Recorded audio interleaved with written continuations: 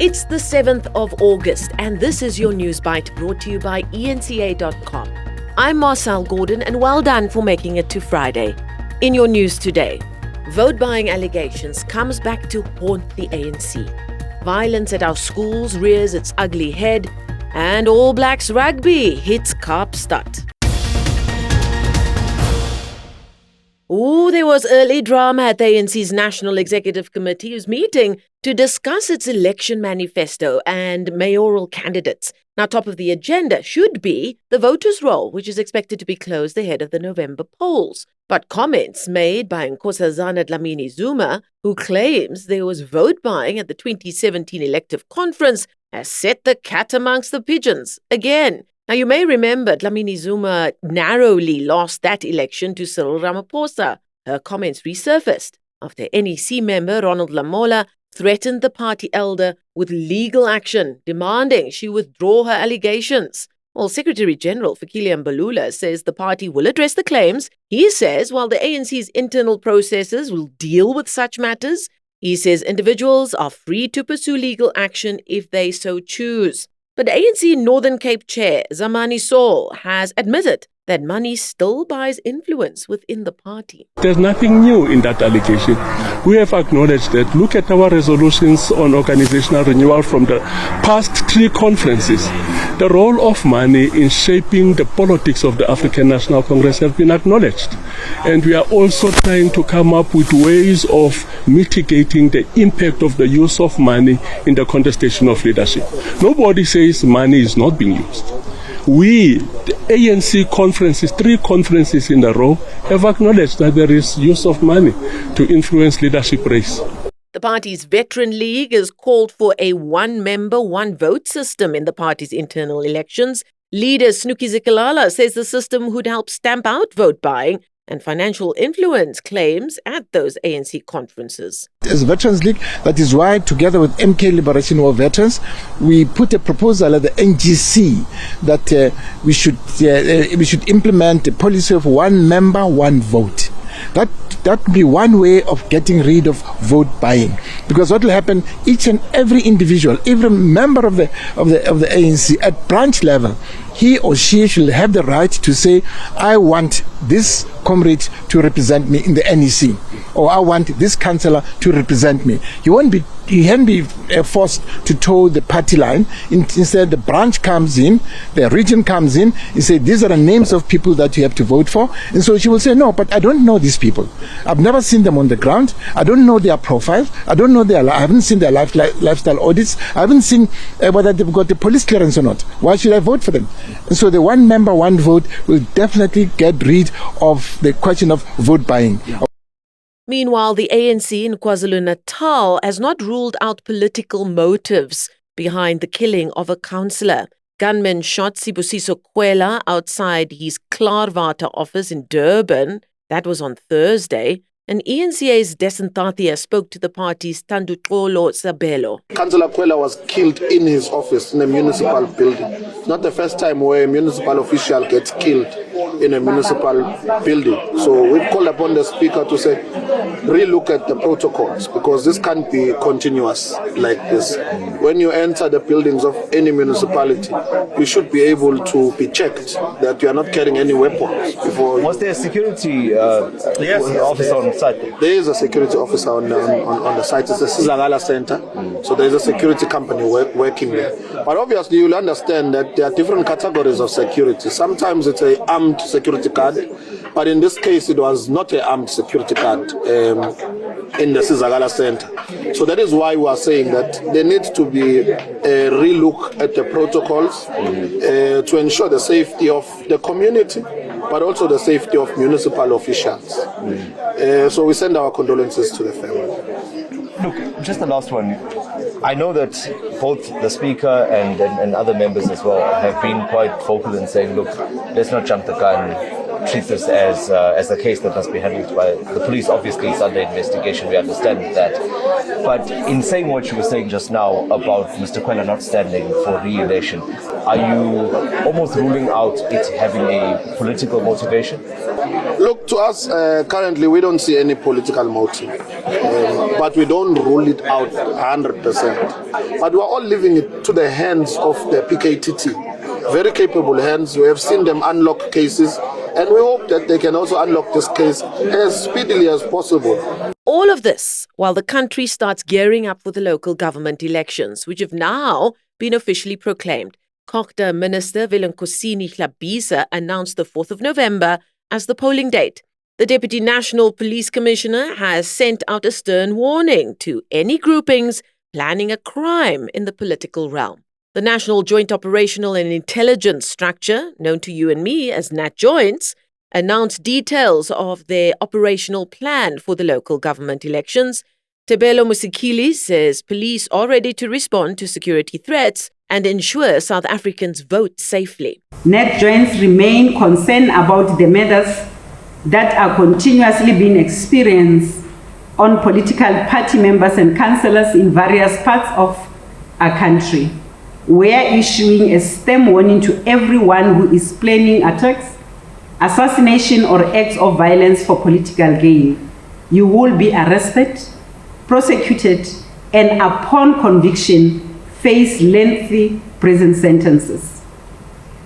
There is absolutely no justification for taking the life of another simply because of political intolerance, political differences, or political contestations. We once again warn everyone intending to destabilize the electoral environment or intimidate political parties, candidates, or communities through violence that law enforcement is ready and it remains ready.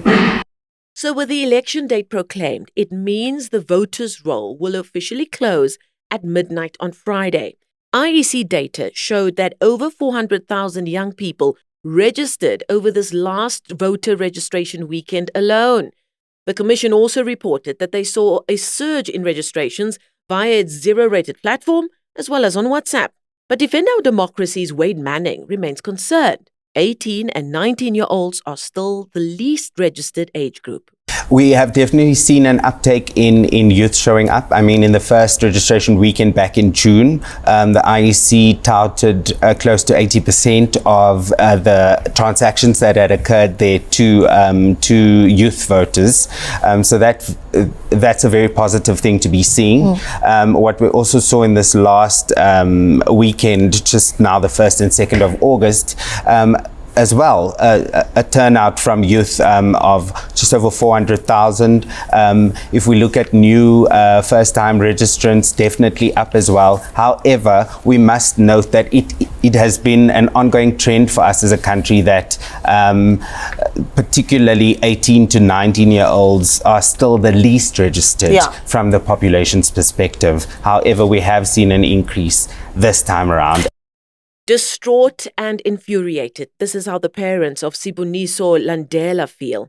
The 19-year-old died after he was allegedly assaulted and killed on school premises at Vusumuzi High School in KZN on Tuesday. 4 suspects have been arrested in connection with the attack. But his family are accusing teachers and police of a cover-up, with his family saying his brother was intimidated by police when he arrived to identify his body.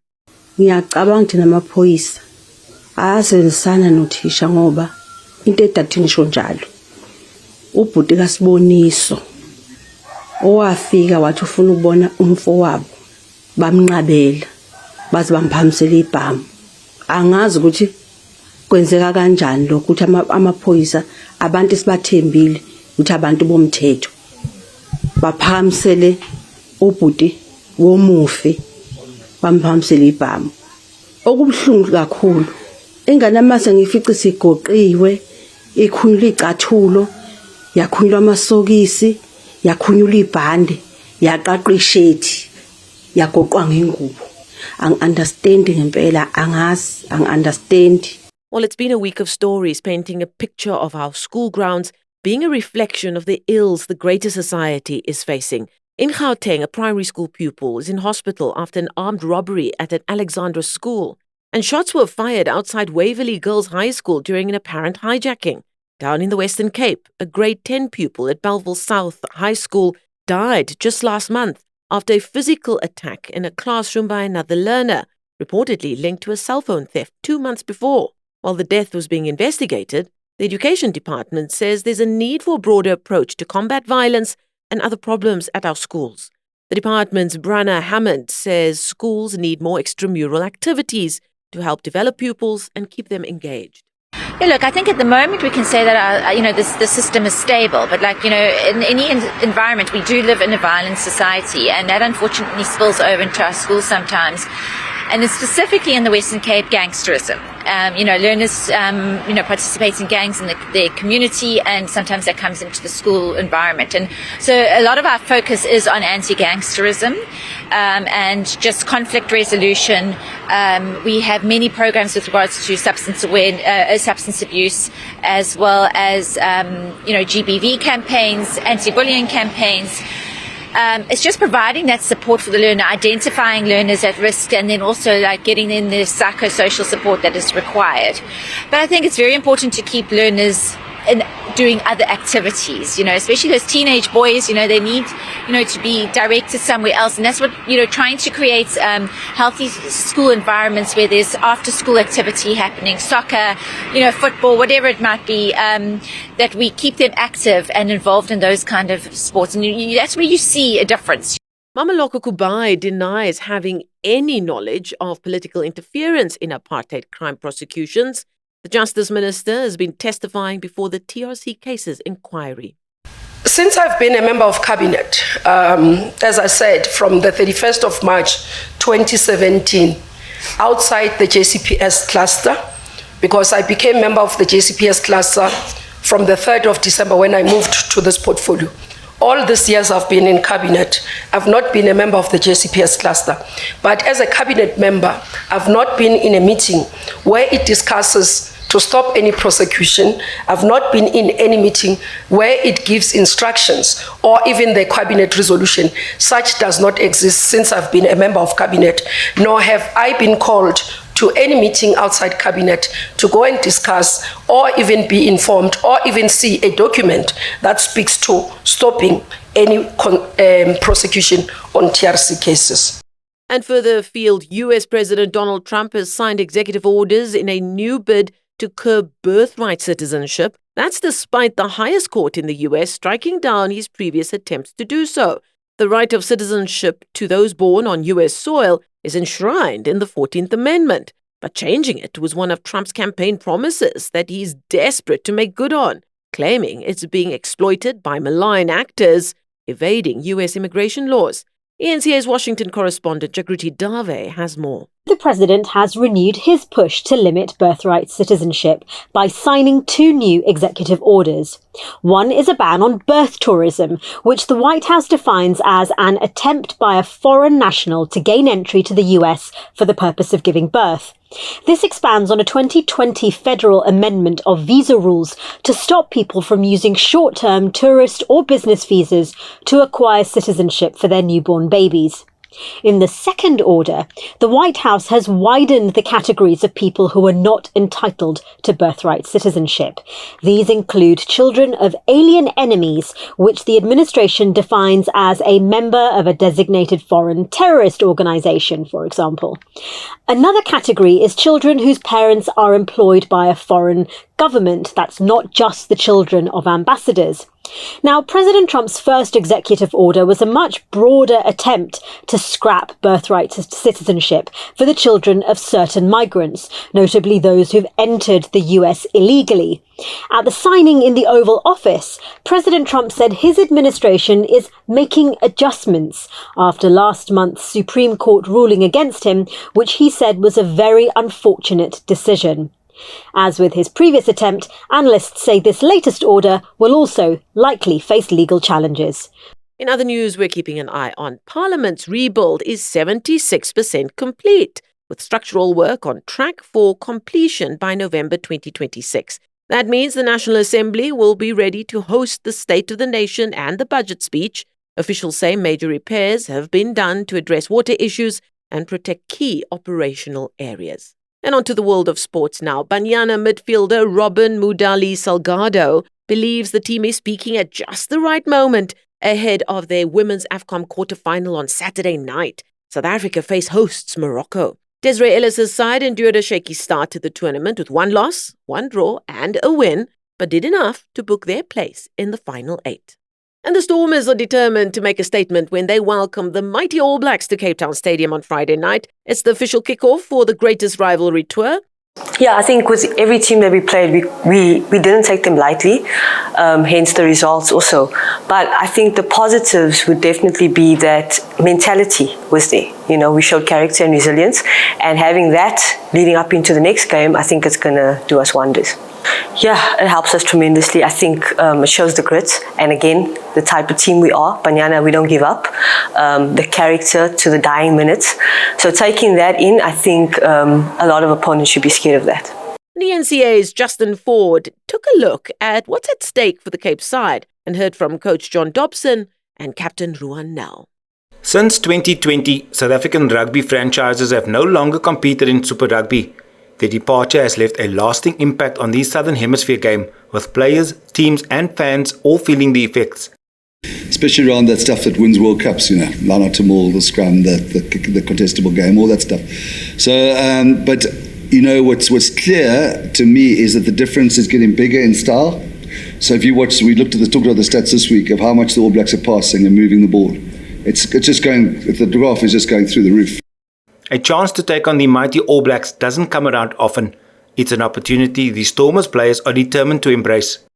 It's obviously something that most of us probably, won't face again. I mean, I'm 35. So, as a coach, yeah. I'm going to use myself as an example. I'm 35. I'm going to face it for the first time, and you got Yakin, who's 20 years old. I'm going to face it for the first time. So, it's an incredibly special occasion. Dobson has named a side packed with experienced campaigners, but the future of these Stormers is just as exciting. One of the brightest young prospects is Yakin Ahmad. He's come through much faster than we thought. I thought he did so well for S20, that exposure. One's loath to make comparisons, but we had it reminds me of a few years ago. When Sasha was coming through, that same commitment, composure, excitement. Oh, nothing like a bit of rugby on a Friday night. Speaking of action, be sure to check out the latest edition of Beyond Game Day, where Vata and Tabiso take a closer look at just some of the developments around the upcoming SAFA elections. And that's how we wrap today's News Bite. For developments on these and more, keep an eye on eNCA.com and DSTV channel 403.